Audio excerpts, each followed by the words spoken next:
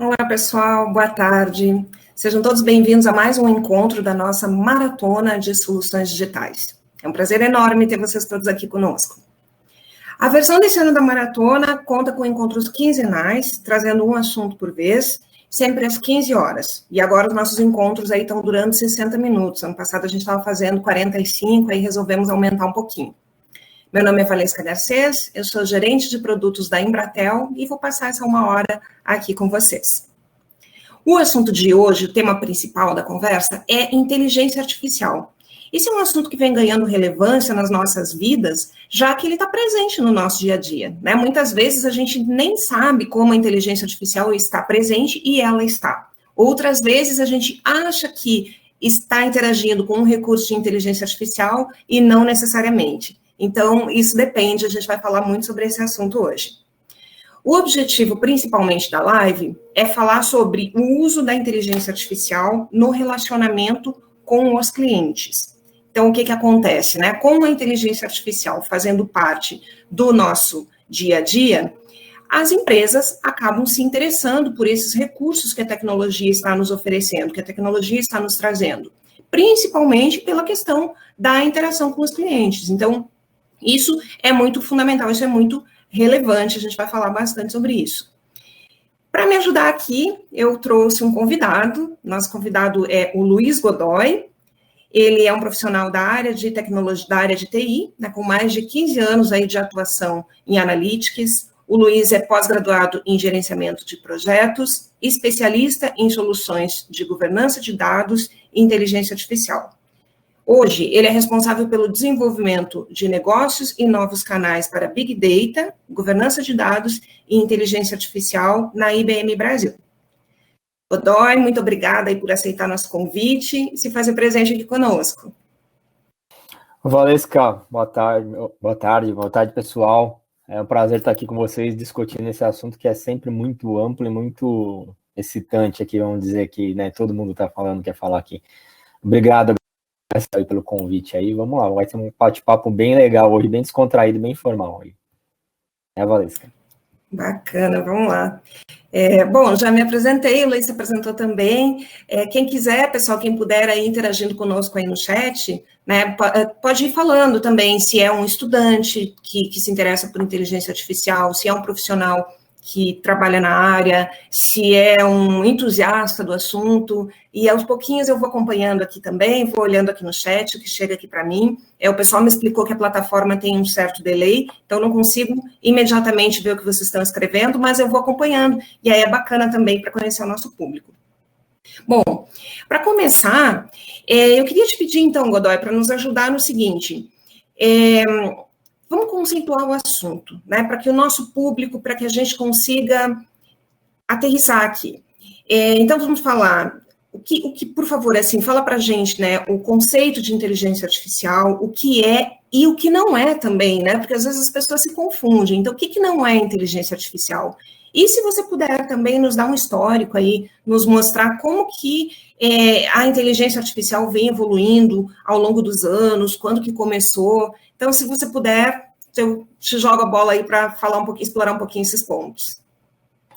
Legal, boa. Excelente pergunta para a gente começar exatamente conceituando, né, o que IA. Até esqueci de me apresentar. Mas você falou mesmo, hoje eu sou gerente de produtos de IA na IBM aqui, e é um tema muito falado aqui nos nossos dias aqui, mas não é um tema novo aqui não, viu? Até a gente trouxe um slide aqui para a gente conseguir acompanhar alguns bullets aqui. Então, se a gente começar definindo o que é IA aqui, a gente tem até uma provocação aqui. O que é IA? A IBM define lá o setor de pesquisa que é qualquer coisa que façam as máquinas agirem de maneira mais inteligente. E aí você pode ter muitos outros conceitos, o pessoal fala, não, mas isso não é IA, IA a máquina tem que aprender, a tecnologia tem que aprender, a IA envolve automatização também. Então, é um conceito bem amplo aqui. Quando que isso começou? Aí eu trouxe um pouquinho do timeline disso daqui, tá, Valesca, para a gente ver aqui o pessoal aqui. IA, não, como eu falei, não é um termo novo, começou a ser falado disso lá na década de 40, na verdade, um pouquinho antes do que está aqui, com publicação de um trabalho, de um artigo sobre redes neurais aqui. E em 1950 ali, o Alan Turing criou esse teste que era justamente O objetivo dele era avaliar quanto com a máquina podia interagir com outro ser humano, se passando por um ser humano, e sem ser percebido. Então, de acordo, lógico, com o teste ali, você determinava se aquilo lá era uma inteligência artificial ou não. Se bem que esse termo de IA, inteligência artificial, só veio realmente, nasceu ali em 1955. Então, você vê que já se passaram mais de 50, 60 anos aqui, que a gente começou a falar de IA lá. E IA, né, uma inteligência artificial, ou AI, um termo que a gente fala também em inglês aqui, é muito comum aqui, começou a deslanchar ali nessa década de 1950. O primeiro chatbot aqui, ó, pessoal, foi lá em 1964 ali, ó, a Elisa ali. Então, olha só, a gente já começou a sair ali, ou misturar a tecnologia com robotização, com automação ali, ou automatização, como a gente quiser ali. E depois da década de 60 ali, depois do meados da década de 60 ali, a gente chamou um pouquinho como o AI, como ele define aqui, o Winter. Foi uma época que a gente não se falou tanto de, ficou muito no termo acadêmico ali. Foram iniciativas que começaram, a gente viu muitas iniciativas que começaram, mas pararam ali no meio do caminho ali, não tiveram prosseguimento ali, então a gente chamou aqui desse intervalo de o longo, tenebroso inverno aqui. Em 1997, a gente teve um fato ali que foi o Deep Blue ali, não sei se vocês vão se lembrar ali, quem é da mesma época que eu vai se lembrar. Deep Blue era o computador da IBM que jogava xadrez lá e teve um desafio com o Gary Kasparov ali, que ele foi ali, ganhou do Kasparov, ele foi a primeira máquina, conseguiu realmente jogar o xadrez ali, e a partir dali a gente voltou a falar de IA justamente no questão de computacional, capacidade de computacional. Então, ficou muito ligado à capacidade computacional e evolução de robótica. E em 2011, teve fatos bastante interessantes, a IA realmente se popularizou e começou a entrar nas nossas vidas aqui, de pessoas físicas aqui. Como que ela começou a entrar? Através, por exemplo, da Siri. E em 2011, teve o grande lançamento ali do Watson, da IBM ali. Para quem se lembra, foi naquele... um TV game, num game de TV lá, que é o Jeopardy, muito conhecido, lá onde você... o apresentador do programa dá a resposta e você tem que formular a pergunta, né?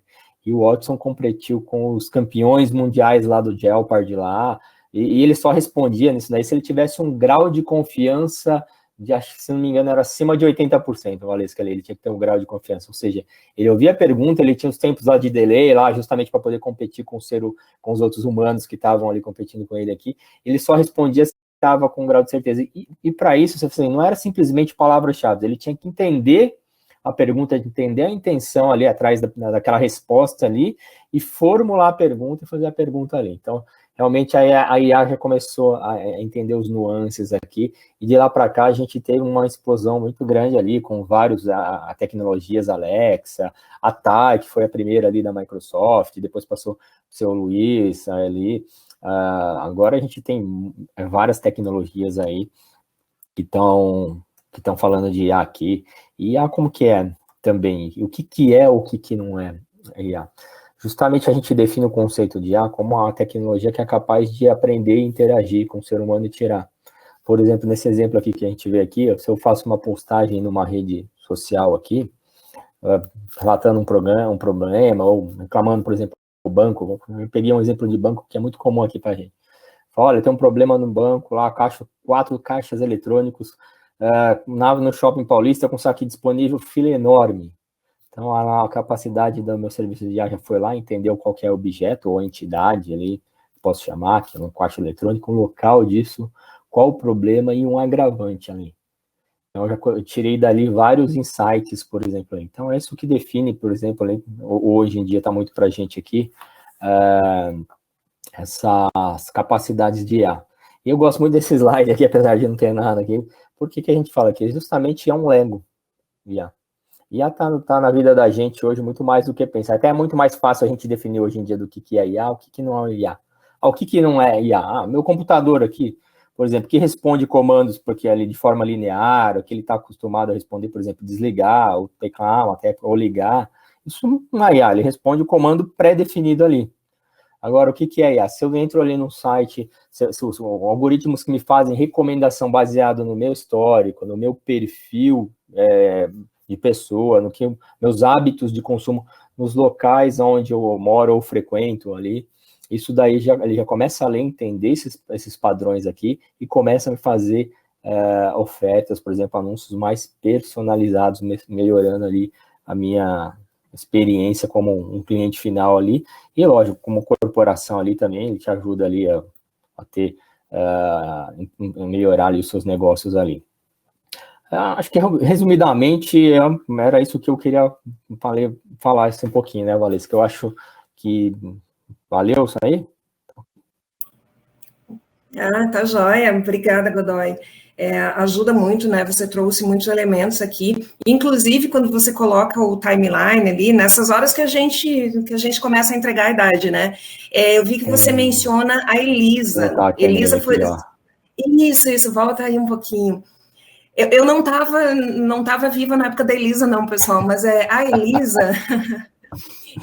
Quando eu comecei a estudar inteligência artificial, eu consegui o código-fonte da Elisa, ou uma parte dele, impresso, e aí eu digitei todo ele, porque eu queria ver funcionando. Então, não era, assim, um momento em que você tinha tanta facilidade de baixar um código da internet, né? Aí eu fui lá, digitei todo o código da Elisa, todo o código que eu tive acesso, para ver como que ela se comportava. E foi engraçado, porque ela dava a ideia de ser inteligente, mas a Elisa, ela tinha um truque, né? Ela, no fundo, ela fazia uma perguntinha a mais sobre a última coisa que você falou. Então, se você falasse assim, estou chateada hoje, ela dizia, por que você está chateado? Então, ela pegava uma palavra-chave, mas ela não era capaz de pegar a intenção. E quando ela não sabia o que fazer, ela dizia, fale-me mais sobre isso. E assim, em alguns casos, a Elisa conseguiu surpreender as pessoas por parecer inteligente, né? Mas ali ela ainda não era inteligente. Então, esse limite do que é inteligente, do que não é, eu acho que ele ainda é bastante tênue, né? Às vezes, assim, eu estou conversando com amigos, com familiares, as pessoas falam, essa máquina é inteligente. Será que é inteligente? Será que não é só uma programação muito bem determinada que está ali e que ele está só obedecendo aquela programação? Né? Então, acho que tem diversos elementos aí para a gente ver se tem inteligência artificial ou se não tem. Esse é um desafio também para a gente ir pensando. Lanço o desafio também para o pessoal que está nos assistindo. Né? Eu vi que algumas pessoas se apresentaram ali no chat, entusiastas do assunto, estudiosos do assunto, enfim. O que vocês usam de inteligência artificial no dia a dia de vocês, que vocês identificam? Porque a inteligência artificial, ela já faz parte da nossa vida, né? Mas o que vocês conseguem identificar? Joga ali para a gente no chat, pessoal, que aí eu vou interagindo com vocês também, né? E a gente vai, por curiosidade, aí vendo onde que vocês estão identificando a inteligência artificial no dia a dia. Bom, dito isso, outra coisa que me lembrou também, Godoy, foi que quando eu me graduei, eu fui imediatamente me pós-graduar em inteligência artificial. E naquela época, eu não via tantos recursos nem perto dos recursos que a gente tem agora. Né? O que eu vejo é que de lá para cá, teve um crescimento exponencial no uso da inteligência artificial. Antes era tudo muito pequeno, era tudo ainda muito embrionário, inteligência artificial era assim, você ficava muito tempo escrevendo muito código para que os computadores conseguissem fazer alguma coisinha, né? E tudo bem, tem um tempinho já que eu me formei, tem um bom tempo que eu me formei, na verdade, mas de lá para cá evoluiu muito. E aí, eu queria tentar entender contigo, assim, o que tem agora? Por que agora se fala tanto em inteligência artificial? Por que esse boom de inteligência artificial agora? Legal, excelente pergunta aqui. A gente até tinha batido um papo aqui. O que mudou dentro da timeline lá para agora, né? Para os nossos dias atuais aqui, onde a gente está vivendo aqui. Basicamente, aqui o que a gente tem aqui, a gente fala que IA não é mágica, né? Então, uma frase que a gente fala muito aqui. É a soma aqui de algoritmos, dados, mais GPU ou CPU, depende do que você vai usar ali. E o que mudou muito, o que evoluiu muito nesse tempo foi a capacidade computacional. Foi a capacidade justamente de processar os dados ali, de entender esses dados aqui, analisar esses dados e ter insights sobre esses dados aqui. Só para a gente ter um pouquinho de números aqui, olha cá. Foram criados 33 zettabytes de dados, sabe quanto é? Acho que é 1 trilhão de gigabytes, tá? Fui pesquisar aqui, 33 gigabytes em 2018. sendo que 25% desses dados são úteis, né? A gente gera muito dado, e o que mudou de lá para cá foi, na verdade, a nossa digitalização de vida. A gente saiu de uma vida muito mais analógica e agora digital. Então, tudo é dado, todo tempo a gente está produzindo dados aqui. As estimativas aqui que a gente gere 17 megabytes de dados por segundo na Terra hoje em dia aqui. Ou seja, aqui, ó, até 2023 a gente vai ter mais de 103 bilhões de zettadados de novos aqui. E o que ajudou muito isso aí foi a expansão justamente para cloud computing, né? Ou seja, a disponibilização de novos recursos de máquinas aqui, novos recursos computacionais e capacidades para analisar esses dados. Como que a gente também, antes Valesca, a gente pegava lá uma ferramenta de BI ali, fazia, era mais fácil, ou uma planilha Excel ali, a gente conseguia manipular esses dados, mas hoje em dia a gente não consegue pegar uma planilha ali, ou mesmo uma ferramenta de BI ali, simplesmente e manipular uma quantidade gigantesca desses dados. Então a gente precisa de algoritmos que já façam a limpeza desses dados aqui, que usem esses dados de maneira mais inteligente aqui. Uma frase que a gente repete muito na IBM aqui é que não existe IA sem AI, ou there is no AI without IA. Não tem inteligência da informação sem arquitetura da informação. Tem inteligência artificial. O que significa isso? Que não há sofisticação de algoritmo, por melhor que ela seja, capaz de superar a falta de qualidade de dados ou de dados que são bons aqui. Ou seja, se os dados são ruins, a gente não tem o que fazer, eles são simplesmente, como a gente fala, paralisantes aqui. E a gente tem bastante dados, como a gente vê aqui, ó, 81% dos executivos ainda não entende os dados necessários para IA, ou os dados estão, 80% desses dados estão inacessíveis, ou seja, numa fonte de dados que eu não consegui analisar, ou não consegui trazer para cá. Então, a gente tem um volume muito grande de dados aqui, mas a gente ainda não conseguiu usar aqui, ou processar tudo aqui. E o que a gente vem aqui falando aqui, ó, eu trouxe algumas notícias, manchetes e notícias aqui. O que acelerou muito isso também aqui, a gente aqui? Como eu falei, esse cloud computing, ou seja, a plataforma de manipulação em nuvem, então os recursos computacionais estão mais popularizados. Antigamente só as grandes corporações tinham acesso aos grandes computadores, mainframes, que conseguiam processar essa quantidade de dados. Os dados em cloud computing, aqui a gente consegue processar mais aqui. A pandemia do coronavírus aqui, que a gente está passando aqui agora, né, acelerou muito isso daqui, não que ela transformou, mas ela acelerou muito isso daqui. E as empresas hoje estão justamente empregando IA, justamente para melhorar os seus processos de negócio, que estão entendendo como você pode processar e como que isso pode trazer benefícios para os seus clientes finais e trazer benefícios, inclusive, para elas próprias. Né? Ou seja, como se eu trazer benefício para as empresas, eu vou trazer isso daí. Então, é um pouco disso daí, esse momento que a gente está passando, é um momento histórico bem legal aqui, que a gente saiu lá do acadêmico e está empregando agora IA aqui, falando de machine learning, deep learning, reconhecimento facial, reconhecimento visual. Hoje tem algoritmos que conseguem reconhecer expressões faciais, saber se você está triste, está alegre, está nervoso, está bravo, descontente com alguém, então, isso pode trazer um benefício ali, quando você já reconhece ali no teu cliente ali, para lidar com ele de uma maneira mais assertiva, melhor ali, lógico, vai trazer benefício para o seu negócio também, tá te fidelizando o negócio. Acho que deu para entender, Valesca. Você tem algum exemplo aí, alguma coisa que você queira comentar ali, disso daí? Sem dúvida, deu para entender sim, Godoy. Você trouxe muitas informações e muito nessa questão dos dados, né? Como faz sentido essa evolução toda, porque hoje esses dados todos estão disponíveis. Eu até não quero esquecer, eu quero pegar um gancho nessa questão dos dados aí, para falar sobre um assunto, mas antes disso, gente, olha que bacana, tem uma pergunta aqui muito legal do André de Oliveira, que ele fala o seguinte, que o uso de reconhecimento facial com inteligência artificial, ele já foi usado para justificar a prisão de homens negros e que mais tarde foram comprovados que esses homens eram inocentes. E aí a pergunta, né, que mudanças foram feitas nesse sentido com os algoritmos?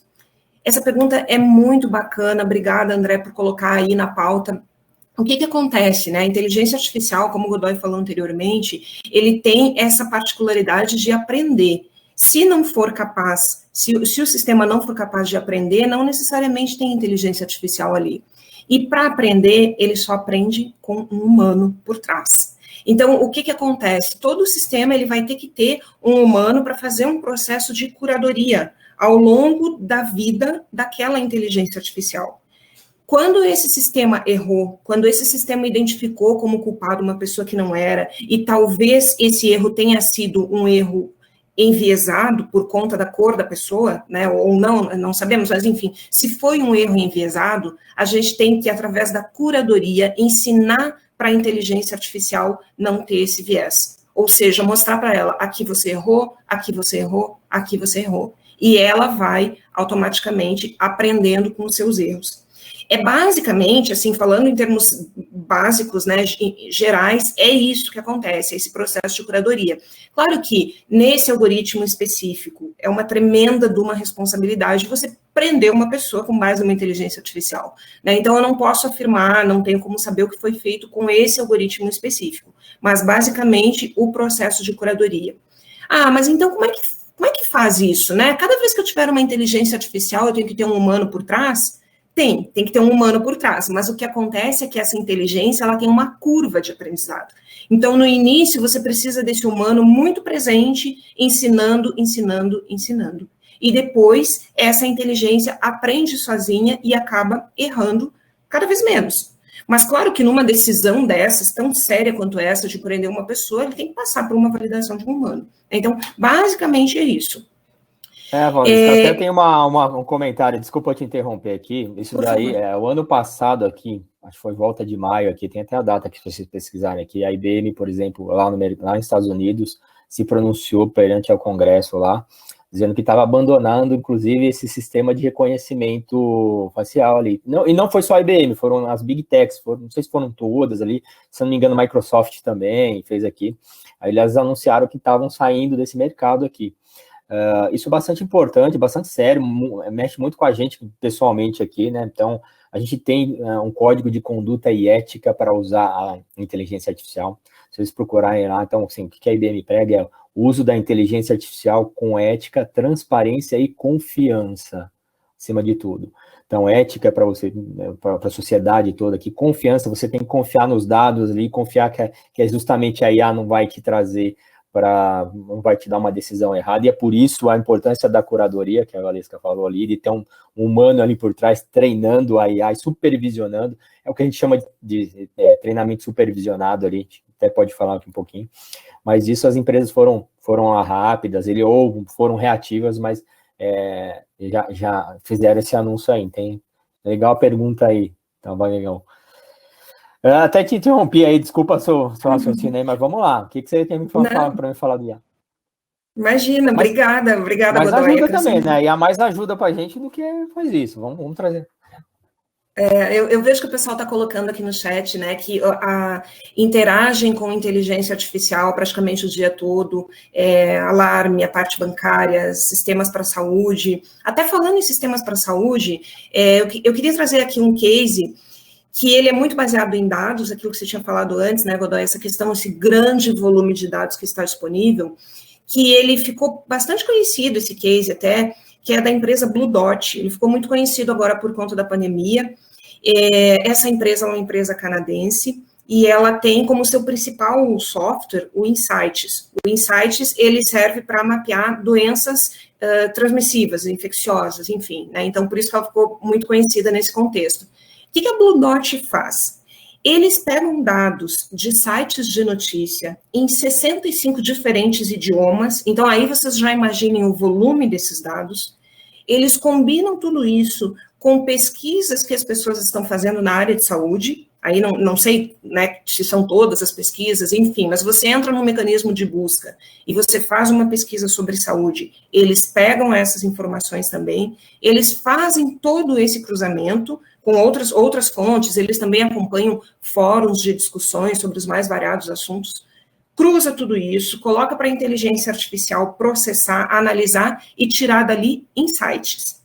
Aí vocês devem estar imaginando, quem não conhece case, né? Tá bom, mas e por que esse trem todo aí não conseguiu, então, prever que o coronavírus e tudo aquilo que a gente ia passar? Gente, em 31 de dezembro de 2019, essa empresa emitiu, sim, um alerta para os seus clientes para que eles evitassem viajar para a região de Wuhan, na China. Então, olha só, Aí, no dia 31 de dezembro, foi 10 dias antes da OMS se pronunciar a respeito da doença, nem da pandemia, né? Porque a pandemia ela só foi declarada lá em março, mas a OMS se pronunciou 10 dias depois dessa empresa ter se pronunciado. Então, vejam aí que a inteligência artificial ela já estava alertando. Além de alertar o risco da região de Wuhan, eles também alertaram mais ou menos o caminho que essa transmissão estava seguindo. Então, eles também geraram alertas para cidades de Tóquio, se não me engano, Bangkok, tem mais uma que eu não lembro agora. Então, eles já perceberam que havia algo de errado ali em Wuhan e que havia algo percorrendo um caminho que também estava estranho e que era para as pessoas evitarem aquelas regiões. Então, vejam, é a inteligência artificial trabalhando em nosso favor, trabalhando em favor das pessoas, da população. E aí, Godoy, eu te pergunto, né, que outros exemplos, que outros benefícios a inteligência artificial pode proporcionar aí para o mercado corporativo ou para as pessoas? Do mudo aqui, se tiver um ruído aqui, sabe como que é, a gente, em tempos de home office, hoje não dá para a gente prever tudo, a gente tenta, me perdoe. Interessante você falar isso aqui. O que a IA é usada muito aqui? Eu vi os exemplos aqui do pessoal aqui. Dentro das corporações, os algoritmos de inteligência artificial, o que ajudam? As soluções de IA ajudam a gente a entender os dados, a analisar esses dados, porque lembra como a gente falou lá que o volume de dados ali é muito grande hoje em dia. Então, né, primeiro, hoje a gente usa IA, por exemplo, para identificar onde tem dados, até, por exemplo, onde tem dados sensíveis ou pessoais, depois a gente fala um pouquinho disso daí, mas ajuda a gente a organizar os nossos processos de tomada de decisão, os times executivos, não simplesmente mostrando relatórios ali de BI, mas já te dando insights do que pode ter acontecido ali e do que é possível que venha a acontecer seguindo aqueles padrões, sazonalidades ali, ou de algoritmos já preditivos que eu empreguei aquilo. Então, isso torna mais rápido ali a nossa reação ali, e mais precisas as nossas análises. Então, antes, o tempo que a gente demorava mais, por exemplo, consolidando planilhas ali, e a gente ia muito para o nosso viés também, a gente pode falar um pouquinho de viés ali depois ali, que é justamente a gente formula, a gente tem um problema, a gente já, baseado na nossa experiência, vai procurar aquela solução. E uma vez que a gente já encontra algo que responde aquela pergunta, a gente deixa de pesquisar. A IA, como ela não tem esse viés aqui, ela te ajuda, de repente, a enxergar insights ali que você não enxergaria por si só, ou que seria muito mais difícil ou mais demorado ali para você. Então, ela já te traz insights ali que te ajudam a identificar, por exemplo, padrões, correlações, a estrutura de dados aqui, como um comportamento influencia no consumo, por exemplo, ali, como que ela pode ser empregada, por exemplo. E falando um pouquinho dos benefícios, o que é isso aí? O que a gente pode usar? Vamos lá, falar um pouquinho mais aqui. Por exemplo, se eu entender o funcionamento de máquinas, seja máquinas até num data center ou máquina ali na minha linha de produção. Eu vou colher esses dados das máquinas, e como elas funcionam e como elas falham, justamente para gerenciar meu parque de novo, gerenciar melhor as minhas máquinas e prever, por exemplo, uma quebra de máquina ali. Se eu conseguir prever isso daí, dado o comportamento da máquina ali, eu consigo gerar uma manutenção preditiva ali com um custo menor, ou justamente porque eu já tenho a peça ali, justamente porque eu vou trocar ela e vou programar uma parada aqui antes que eu tenha uma parada por emergência e não tenha lá. Então, eu já consegui, por exemplo, baixar meu custo de manutenção. Outro exemplo que a gente até citou aqui, o pessoal até citou aqui, são os assistentes virtuais aqui, ou chatbots ali. Eu gosto mais de assistente virtual aqui, porque hoje, justamente, eles estão muito mais inteligentes, que eles entendem a intenção por trás ali. E não só mais palavras-chave, como a Elisa fazia lá atrás ali, quando a gente começou ali. Então, entendia uma palavra-chave ali e fazia uma pergunta, às vezes, meio genérica. Hoje em dia, o assistente virtual consegue falar e interagir muito melhor com você. E dentro desse exemplo aqui, na verdade, por que as empresas estão usando o IA?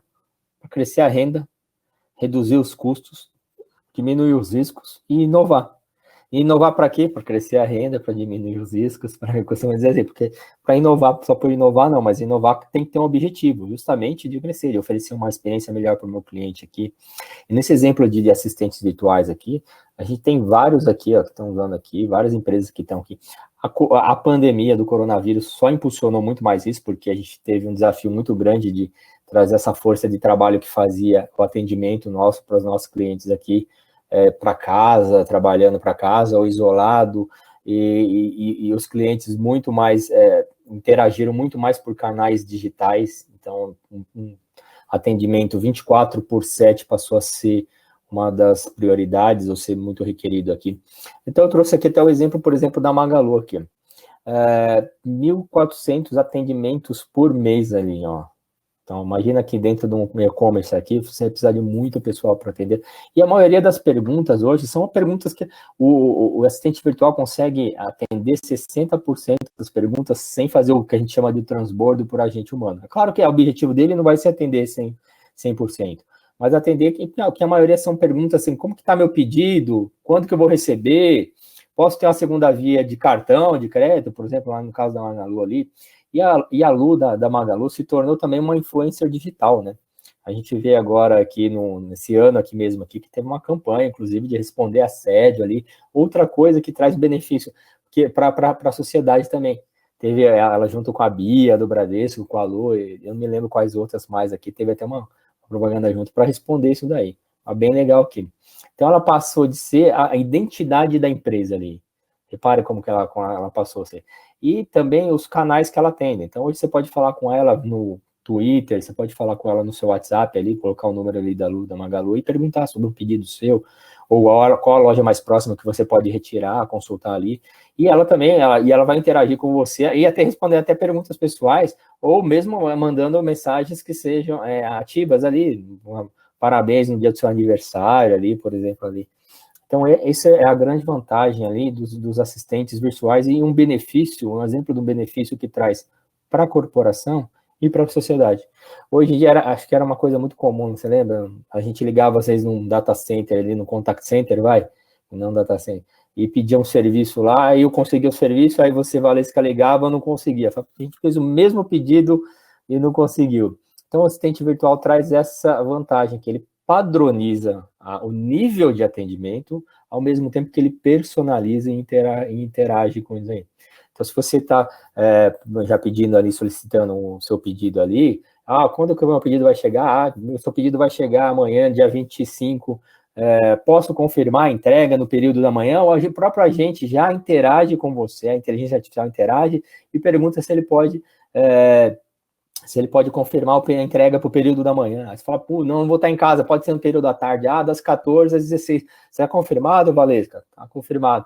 Você confirma isso, então, é como se a gente estivesse realmente falando ali, interagindo com o Ana, ele te propõe ali coisas, te oferece serviços e resolve problemas ali, sem a necessidade de você, justamente, isso traz benefício para a corporação, que é lógico, ela reduz os custos dela com atendimento, o atendimento fica mais rápido, mais ágil aqui, atende um volume maior de clientes e traz benefício para a gente também, que é um cliente da empresa aqui, que a gente tem um atendimento mais padronizado para isso daqui. Certo, Valesca? Mas e aí? Ficou alguma dúvida aí nisso daí? Caso bem interessante, né? Olha, dúvidas e abre também para muita conversa, né? Eu estou aqui, estou olhando o chat, estou ouvindo o que você está falando, tem as coisas que estão passando na minha... Nossa, para que lado que a gente direciona agora, né? Antes de mais nada, ainda no assunto da Magalu, eu só queria confirmar aqui o meu entendimento, né? Então, você falou ali, são 1,4 milhões de atendimento por mês, e desses 1,4, 60% essa inteligência artificial conseguiu resolver. É isso? Exatamente. Desse 1,4 aqui, na verdade, são atendimentos, ela conseguiu resolver sem ter que passar já para o atendente humano ali. Assuntos mais complexos, como, sei lá, uma mudança de endereço, ou uma reclamação ali, que o meu produto veio com defeito ali, então aí você vai precisar sempre do transbordo ali para o agente humano atender, isso vai ser sempre assim, mas 60% ela já consegue resolver e responder ali no WhatsApp para você, de maneira automática ali.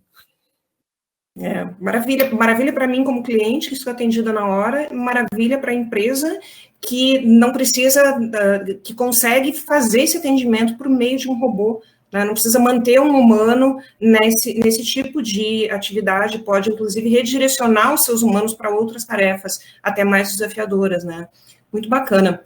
Em cima disso, olha só, tem duas perguntas que surgiram aqui. O Antônio colocou uma pergunta bem legal, vou até deixar para o final, assim, que essa dá mais debate aqui. O Mauro colocou uma pergunta bacana também, que tem a ver com uma coisa que eu estou pensando agora aqui. Por exemplo, né, antes a gente falou que a inteligência artificial, ela aprende por meio da interação, como é, por exemplo, o caso da Magalu, enfim, né, essa inteligência artificial, ela vai interagindo e vai aprendendo. Para interagir, ela precisa de dados. E esses dados são dados que a gente coloca na internet, que a gente disponibiliza de alguma forma. Então, o que eu queria te perguntar agora, Godoy, é assim, como é que eu, Valesca, pessoa física, eu estou alimentando essa inteligência artificial? Como é que os meus dados alimentam a inteligência artificial que está aí para ser consumida, não sei muito bem por quem? Como é que fica isso? Como é que fica essa questão dos meus dados?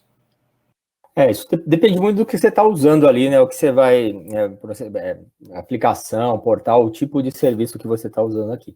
Mas, na verdade, a gente já faz uma troca, né? Quando você está usando um app ali, você vai assinar ali o contrato ali, termo de consentimento, o que você quer ou não pode usar dos seus dados. As redes sociais, por exemplo, são um exemplo muito legal. Elas aprendem, por exemplo, conforme você está interagindo com os seus amigos, analisando a sua rede de amigos ou de contatos ali, para te oferecer, por exemplo, anúncios ou até sugestões de amizades que sejam mais pertinentes com o seu perfil ali, páginas para você seguir, você já viu isso aqui, esse anúncio ou não, ali, então ela utiliza justamente, e não é só seus dados, até seus dados dos seus amigos ali, então é possível, de repente, eu saber ali, ou inferir mais ou menos a localização, bairro, cidade que você mora, de acordo com a sua rede de amigos ali, com quem você interage ali, as páginas que você curte ali.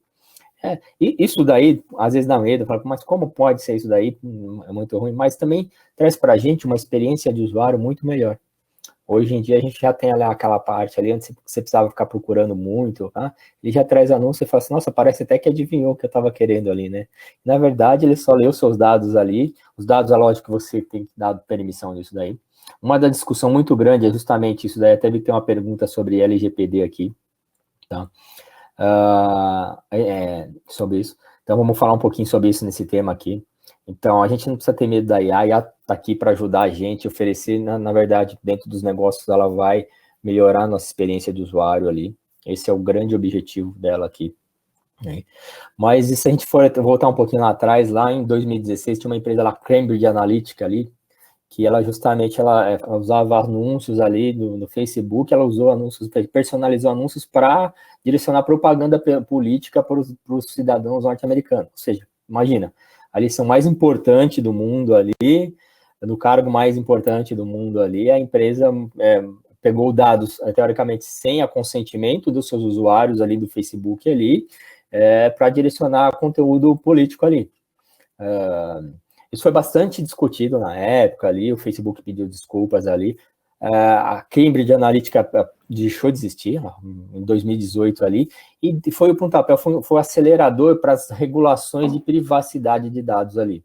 Então, dentro da IA, a gente tem essas regulações aqui, e a regulação de privacidade de dados estão ganhando cada vez mais importância. A primeira delas foi a GDPR ali, que saiu em 2018, ali em maio, e que inspirou, que foi base para a gente criar a nossa LGPD aqui, que a gente em 2018 ainda, aliás, publicou aqui, né? Apesar dela estar entrando esse ano só aqui, foi lá em 2018. E por que ela entrou? Porque a gente foi rápido dessa vez.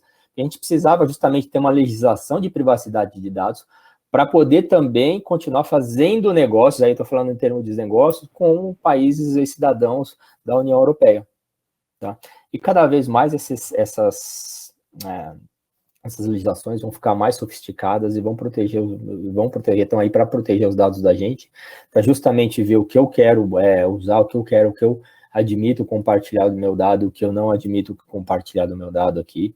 Então, hoje, os apps, os serviços, justamente, estão lá, você tem que justamente consentir o uso dos seus dados aqui. Lógico, isso é uma troca, conforme você consente o seu uso dos seus dados, consequentemente, você vai receber mais personalizados, né? Anúncios, sugestões mais personalizadas para você aqui. Então, esse é um grande desafio do nosso mundo aí hoje aqui, que é justamente ter esse paradigma aqui, quanto que eu posso usar do seu dado, quanto que eu não é interferir na minha privacidade aqui, é uma discussão ampla aqui, a gente pode ficar o dia inteiro só discutindo desse tema aqui, mas a gente já tem regulações aqui que estão ajudando a gente aqui, e os benefícios são maiores aqui para a gente, então, tá tudo bem também, Valesca.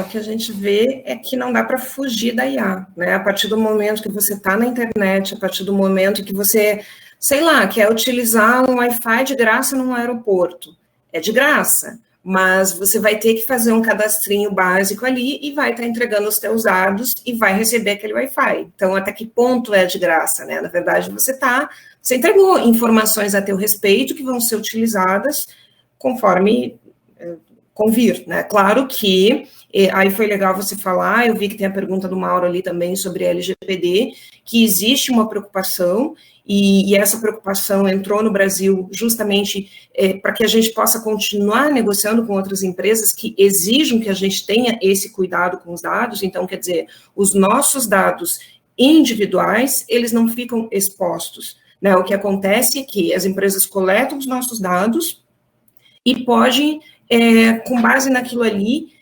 criar uma persona, né? Então, a Valesca gosta de, sei lá, correntinha dourada, tá bom, mas a empresa não vai saber, as empresas não vão saber que sou eu que gosto disso, mas a persona que se encaixa, né, nesse meu perfil, do qual esse meu perfil faz parte, pode gostar desse tipo de produto, e aí eles vão me sugerir esse produto. Enfim, então esse cuidado, saber, né, é bom saber que a gente está tendo esse cuidado de que as informações não chegam lá no nosso CPF, eles chegam na persona, no grupo que a gente representa. E isso a gente já está vendo, eu não sei, o que eu vejo de mais imediato da LGPD, e me corrija aí se eu estiver errada, Godoy, mas o que eu vejo de mais imediato é quando a gente entra nos sites e eles colocam lá que você tem que confirmar se você aceita as políticas de uso de dados. E é claro que a gente nunca lê e sempre aceita, né? Isso acontece também, né? Tem mais alguma coisa que você vê, assim, em relação à LGPD no dia a dia? Eu especificamente, só estou vendo até aí, né? Aqueles avisos que vêm nos sites. Você vê outros exemplos da LGPD no dia a dia? Para a gente, consumidor final, mais que a gente vai ver é justamente isso daqui, assim, vários aplicativos você percebe quando você instala uma versão nova aqui, isso vai ser muito mais frequente agora com a LGPD, entrou em vigor no Brasil ano passado, mas por enquanto as empresas ainda não estão sendo penalizadas com multas. A Autoridade Nacional de Proteção de Dados só foi instituída o ano passado, com os seus diretores lá. Então, a partir desse ano, se não me engano, agosto aqui, eles já começam a fiscalizar e as empresas já são passíveis de multa. Isso é um grande influenciador ou determinador para justamente tomar as ações aqui. Então, que com isso as empresas são responsáveis por dar segurança aos nossos dados aqui, processar ele de maneira que a gente, de acordo com os consentimentos que a gente tenha dado aqui, e no caso de incidentes, elas têm que remediar esse incidente e informar, no seu caso por exemplo, de vazamento de dados ali, se tiver um incidente de vazamento de dados, vazou o meu dado ali, ela teria que me informar ali, o dado ali que foi vazado aqui, e então justamente passível de multa, e vai até 2% do faturamento, 50 milhões de reais aqui, então isso é justamente a multa desse alta aqui, para trazer essa preocupação com a privacidade dos dados, com a segurança dos dados aqui. Então, justamente as empresas estão investindo em tecnologia para saber onde estão seus dados, governar os seus dados ali, entender os seus dados, pedir o consentimento, renovar o consentimento dos seus clientes finais ali para manter esses dados e dizer para que eles vão ser utilizados, quando que eles vão ser utilizados, o que eles vão ser utilizados ali. Parceiros comerciais dessa empresa também têm a mesma responsabilidade ali. Então, a gente viu isso crescendo aqui com relação à privacidade de dados, e é uma troca, né? Justamente, impressa lá, eu quero o cupom de desconto, eu vou lá e coloco meu CPF logo ali, e pego o desconto ali, é uma troca, né, no base aqui. A gente tem que ver se vale a pena, se a gente topa fazer essa troca, é uma escolha de cada um de nós. Pode ser que eu prefira, às vezes você pode preferir usar o seu 4G ali do que usar o Wi-Fi de grátis ali, justamente para não compartilhar seus dados aqui. Tudo tem um preço aqui. Mas traz mais benefícios também para a gente aqui, inclusive. As empresas também usam esses padrões aqui justamente para, de repente, prevenir fraudes também até. Né? Certo, Valesca? Acho que falei um pouquinho de LGPD aí, não sei se eu respondi a pergunta, mas já deu para dar uma palhinha ali. Ah, sem dúvida. E você falou, né, que quando começarem a aplicar as multas, aí começa a doer no bolso, e aí a coisa começa a ser levada ainda mais a sério, né? Então, é bacana que eu estou vendo esse caminho também. A gente tem um comentário muito bacana aqui. É claro que quando a gente prepara a live, a gente conversa muito, né? Eu e o Godoy conversamos muito, trocamos muitas figurinhas aí. Mas esse assunto que o pessoal colocou aqui no chat, a gente não conversou. Então, vai ser, assim, uma descoberta para nós dois aqui na live mesmo. Que Vamos foi lá, esse quem ponto sabe faz ao vivo. É isso aí. O José Carlos colocou que, olha só, eu também percebo isso que ele colocou aqui. Que às vezes ele está conversando em casa sobre algum assunto, como, por exemplo, ele colocou aqui, reformar a casa ou trocar de carro, alguma coisa assim. Você está apenas conversando e, por algum motivo, você começa a receber anúncios sobre aquilo ali. Então, e aí? A gente estava sendo ouvido pelos nossos celulares porque a gente estava conversando, ou será que isso é uma impressão nossa? Será que, assim, de repente a gente conversou, mas a gente também fez alguma pesquisa em sites, algumas coisas sobre aquele assunto, e a inteligência artificial percebeu que a gente estava pesquisando com base nas nossas pesquisas e não com base naquilo que a gente estava conversando, ou tem mesmo essa captação de conversa através dos nossos celulares. Esse aí é para arriscar aí, Godoy, né? Eu já ouvi isso daí também. Já ouvi até que o celular, mesmo desligado, capta isso daí. Juro, para mim, por enquanto, isso é um mito, tá? Não estou dizendo que não exista aqui, mas imagina, captar ali o que você está falando ali, olha só, vamos pensar um pouco. Tem que ter uma capacidade muito grande computacional para captar o que você está falando, converter isso que você está falando em texto, estruturar esse dado ali e tirar um insight disso daí. Então, investimento alto para a empresa ali, quem está disposto a investir isso daí? E ela teria que compartilhar esse dado, por exemplo, com um e-commerce, né, com marketplace ali. Então, eu acho que eu vou muito mais por aí pelo você ter pesquisado alguma coisa ou ter entrado. Imagina, se você entrou uma vez numa loja lá, colocou o Wi-Fi dela, aí você entra exatamente na mesma loja ali, ele já captou que você entrou ali. Se você entrou, por exemplo, numa loja de brinquedos aqui, ele já captou que você entrou naquela loja de brinquedos ali, porque ele reconheceu o Wi-Fi ali e vai te oferecer. Você entra depois no seu Instagram, tem lá um anúncio de brinquedo. Então tem muitos daqui, mas é um mito aqui, não dá para a gente saber se é verdade ou não. Eu acho que é muita grana para se investir num projeto que você não sabe o que vai dar ali. Então, a nível de research, e justamente, isso seria uma invasão de privacidade, né? Se a gente olhar, se a gente não... Ou tá me ouvindo enquanto eu não quero aqui. Mas tem gente hoje que desliga o celular, até deixa nas reuniões executivas, o pessoal não entra nem com o celular aqui. Então, por via das dúvidas, a gente também tem uma janelinha aqui no nosso computador, aqui no nosso laptop aqui, que eu vou lá e fecho ela aqui. Acho que a grande maioria das pessoas tem aqui. Ficou muito popular quando a gente viu lá o Mark Zuckerberg, né, numa foto, se não me engano, que ele tinha lá, com um post-it tampando a câmera dele. Não sei se vocês lembram disso, vai se lembrar disso daí. Então, a partir daí as pessoas falam, pô, se o cara é o CEO do Facebook, colocou um post-it para fechar a câmera dele, imagina a gente aqui, cidadão comum, né? Então, é melhor a gente se prevenir mesmo, tá? É verdade. Esse ponto, né, claro, realmente, aí acaba a gente entrando numa esfera mais especulativa, né, de estar sendo ouvido, e se fosse ouvido, seria uma invasão de privacidade muito séria. Mas quando não é isso, né, quando com base no nosso comportamento, as empresas conseguem prever qual a demanda de determinado produto, até inclusive para cuidar do seu estoque, por exemplo, né? Então, eu preciso prever que tipo de demanda em determinada época, em determinado momento, enfim, eu vou ter, para garantir que eu vou ter um estoque direitinho, prontinho, lá na minha loja, disponível para isso. Esse aspecto da previsão de demandas, você vê também a inteligência artificial atuando? Tem algum case que você gostaria de falar sobre isso, assim, especificamente, previsão de demandas? Não, tem sim. Isso aqui eu já até pulei aqui pro slide aqui que você estava falando, eu estava aqui, ó, manipulando aqui, já fui para lá aqui. Esse é um dos aspectos bastante positivos aqui para a gente, principalmente para as corporações aqui, fazer a previsão de demanda aqui. Entender a necessidade, o anseio do meu consumidor final e poder atender ele no tempo certo que ele precisa ali, é o que todo negócio procura e quer. Ali, porque aí você não perde uma venda, você já se planejou antes, já comprou o insumo para produzir aquele produto final para o seu cliente, então já conseguiu pagar no melhor preço, trouxe no time, né, na hora certa, vendeu na hora certa aqui.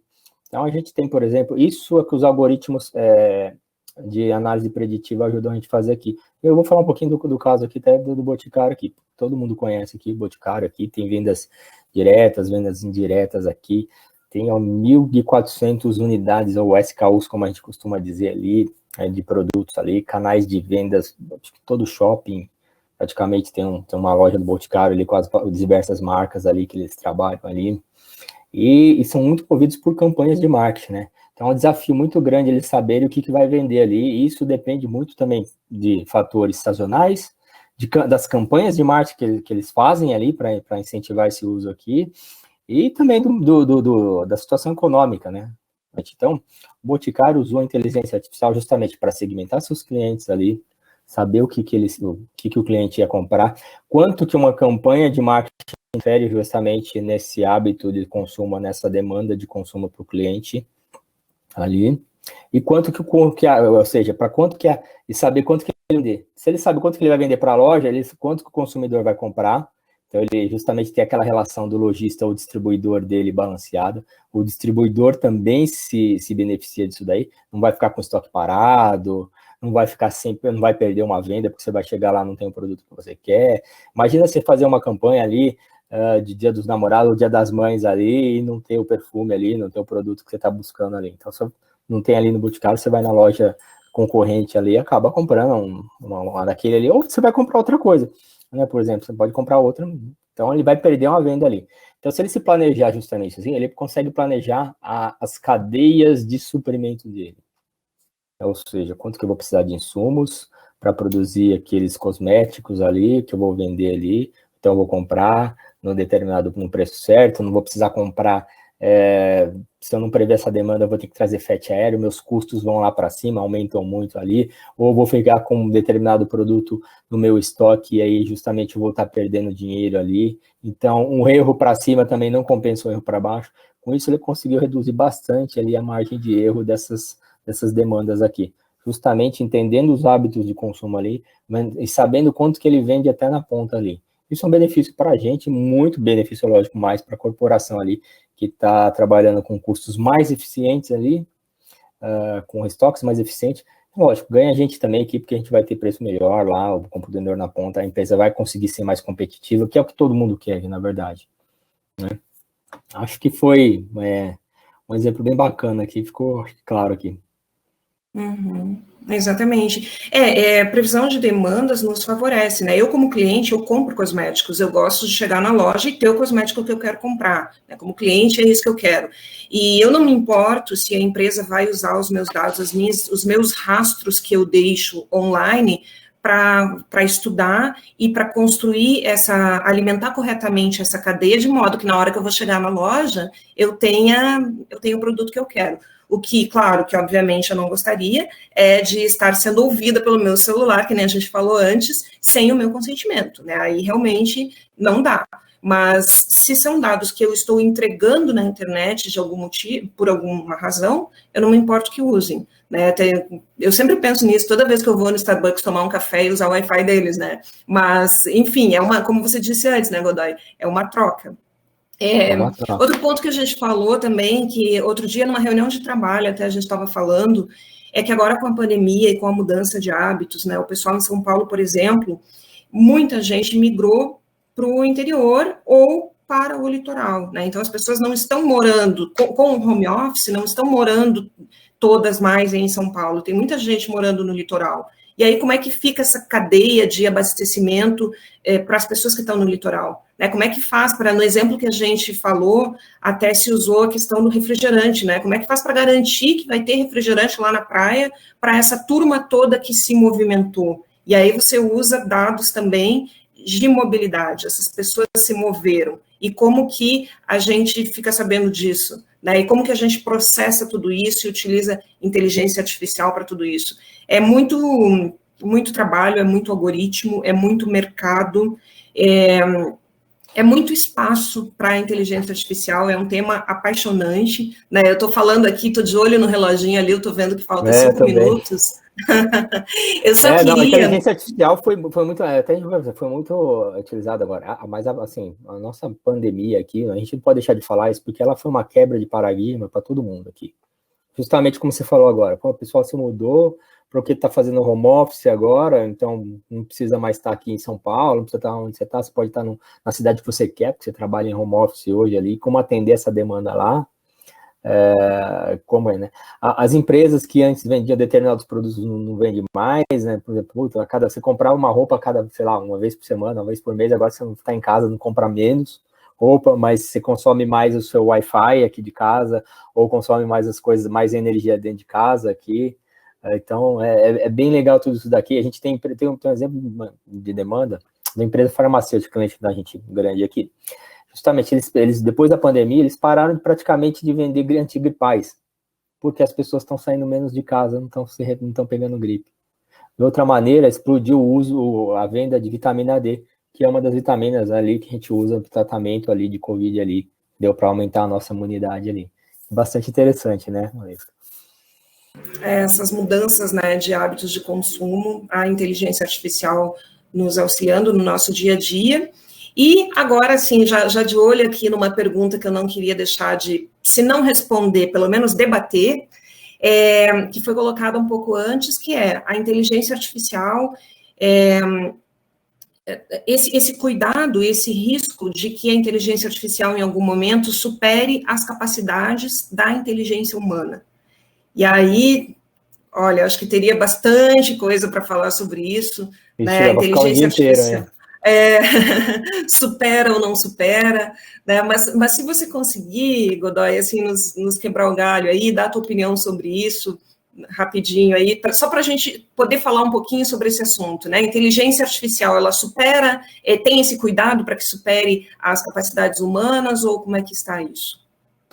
Como você falou, o que a gente usa muito em inteligência artificial hoje tem um treinamento supervisionado, né? Então, justamente, tem sempre um humano ali, curador, justamente para corrigir desvios que possam ter de na inteligência artificial, no uso dela aqui, princípios e éticas para que seja feito de forma transparente ali, por exemplo, conceder crédito para uma pessoa. Olha só a análise como que a gente teve casos de clientes lá, nos Estados Unidos, clientes de bancos lá, que processaram o banco justamente porque tinha um perfil parecido, a pessoa, a mulher teve o crédito recusado, o marido teve o crédito aprovado.